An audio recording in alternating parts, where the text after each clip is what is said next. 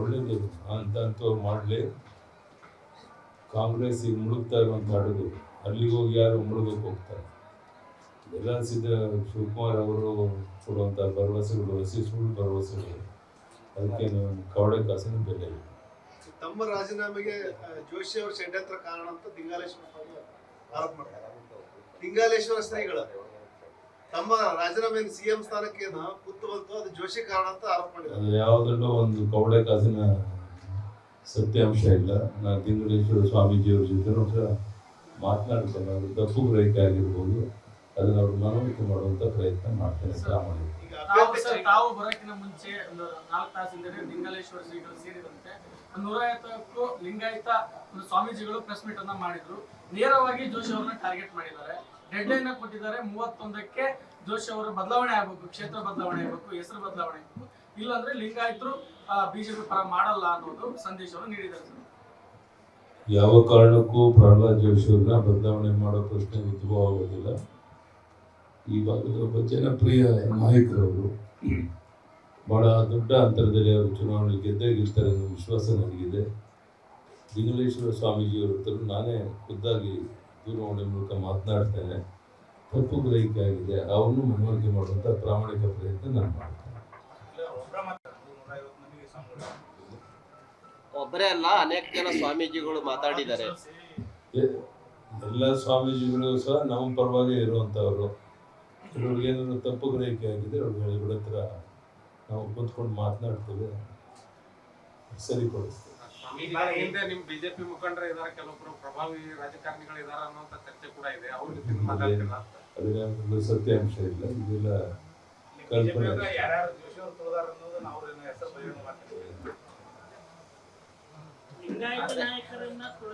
ಜೋಶಿ ಅವರು ಲಿಂಗಾಯತ ನಾಯಕರು ತುಳಿದಿದ್ದಾರೆ ಅಂತ ಆರೋಪ ಮಾಡ್ತಾ ಇದ್ದಾರೆ. ಎಲ್ಲಿ ಒಂದು ಉದಾಹರಣೆ ಕೊಡಿ, ಆ ಥರದ್ದು ಏನಾದ್ರು ಇದ್ರೆ.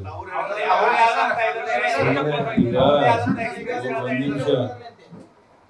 ಪ್ರಹ್ಲಾದ್ ಜೋಶಿ ಅವರು ಎಲ್ಲ ಸಮಾಜನ ಒಟ್ಟಿಗೆ ತಗೊಂಡು ಹೋಗುವಂಥ SC ST OBC ವೀರಶೈವರು ಬ್ರಾಹ್ಮಣರು ಅಂತ ಭೇದ ಭಾವನೆ ಇಲ್ಲದೇನೆ ಎಲ್ಲರನ್ನೂ ಒಟ್ಟಿಗೆ ತಗೊಂಡು ಹೋಗ್ತಿರುವಂಥ ಒಬ್ಬ ಧೀಮಂತ ನಾಯಕ. ಅದಕ್ಕಾಗಿಯೇ ಅವರಿಗೆ ಅಷ್ಟೊಂದು ದೊಡ್ಡ ಸ್ಥಾನಮಾನಗಳನ್ನು ಪ್ರಧಾನಿ ನರೇಂದ್ರ ಮೋದಿ ಅವರು ಕೊಟ್ಟಿರುವಂಥದ್ದು. ಈ ರೀತಿಯ ತಪ್ಪು ಗ್ರಹಿಕೆಗಳೇನಾದ್ರು ಆಗಿದ್ರೆ ಅವ್ರು ಯಾರು ಮಾತಾಡಬೇಕು, ನಾನು ಮಾತನಾಡಿ ಸರಿಪಡಿಸ್ತೇನೆ. ಈ ಬಾರಿನೂ ಸಹ ಬಹಳ ದೊಡ್ಡ ಅಂತರದಲ್ಲಿ ಪ್ರಹ್ಲಾದ್ ಜೋಶಿ ಚುನಾವಣೆಯಲ್ಲಿ ಗೆಲ್ತಾರೆ. ಮಠಾಧೀಶರ ಮನವೊಲಿಕೆ ಮಾಡ್ತಾರ ತಾವು?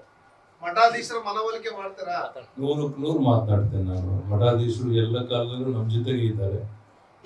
ಕೆಲವ್ರಿಗೆ ಏನಾದರೂ ಬೇಸರ ಆಗಿದ್ರೆ ಅವ್ರ ಜೊತೆ ಮಾತನಾಡಿ ಸರಿಪಡಿಸೋ ಪ್ರಯತ್ನ ಮಾಡ್ತೀವಿ. 28 ಕ್ಷೇತ್ರಗಳನ್ನ ಗೆಲ್ತೀವಿ ಅನ್ನೋಂತ ಮಾತನ್ನು ತಾವು ಹೇಳ್ತಾ ಇದ್ರಿ. ಆದ್ರೆ ಎಲ್ಲ ಕ್ಷೇತ್ರಗಳಲ್ಲೂ ಅಸಮಾಧಾನ ಇದ್ದು ಬಹುತೇಕವಾಗಿ ರೆಬಲ್ ಕ್ಯಾಂಡಿಡೇಟ್ಸ್ ಆಗುವಂತ ನೋಡೋಣ, ಕೇಳಿ ಹೇಳ್ತೀನಿ. ನಾನು ನಿನ್ನೆ ದಾವಣಗೆರೆಗೆ ಹೋಗಿ ಸಣ್ಣ ಪುಟ್ಟ ಭಿನ್ನಾಭಿಪ್ರಾಯದನ್ನು ಸರಿಪಡಿಸಿ ಬಂದಿದ್ದೇನೆ. ಇವತ್ತು ಬೆಳಗಾಮಲ್ಲಿ ಕುಂತು ಜಗದೀಶ್ ಶೆಟ್ಟರ್ ವಿರುದ್ಧ ಅಲ್ಲೊಬ್ಬರಿಲ್ಲೊಬ್ರು ಮಾತನಾಡ್ತಿದ್ದೇನೆ. ಕುಂತು ಮಾತನಾಡಿ ಯಾವುದೇ ಒಡಕು ಮಾತಿಲ್ಲ, ಎಲ್ಲರೂ ಒಗ್ಗಟ್ಟಾಗಿ ಕೆಲಸ ಮಾಡ್ತೀವಿ ಅಂತೇಳಿ ಇವತ್ತು ನಡೆದಂಥ ಬೃಹತ್ ಒಂದು ಮೆರವಣಿಗೆನೇ ಅದಕ್ಕೆ ಸಾಕ್ಷಿ. ಸುಮಾರು 25,000ಕ್ಕೂ ಹೆಚ್ಚು ಜನ ಮೆರವಣಿಗೆಯಲ್ಲಿ ಭಾಗವಹಿಸಿದರು.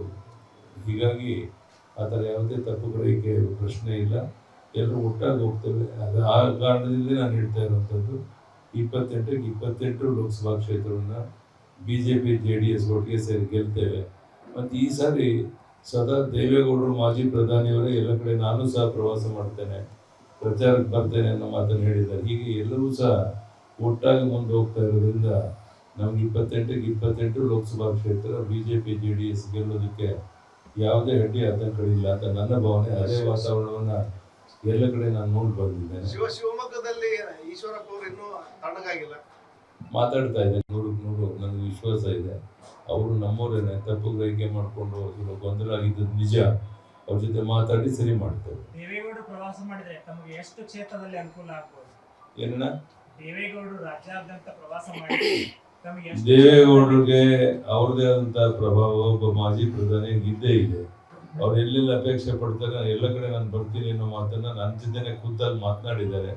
ಇವೆಲ್ಲವೂ ಒಟ್ಟಾಗಿ ಸೇರಿ JDS BJP ಒಟ್ಟಾಗಿ 28 ಕ್ಷೇತ್ರ ಗೆಲ್ಲಕ್ಕೆ ದೇವೇಗೌಡರದ ದೊಡ್ಡ ಒಂದು ಸಹಕಾರ ಸಿಗುತ್ತೆ.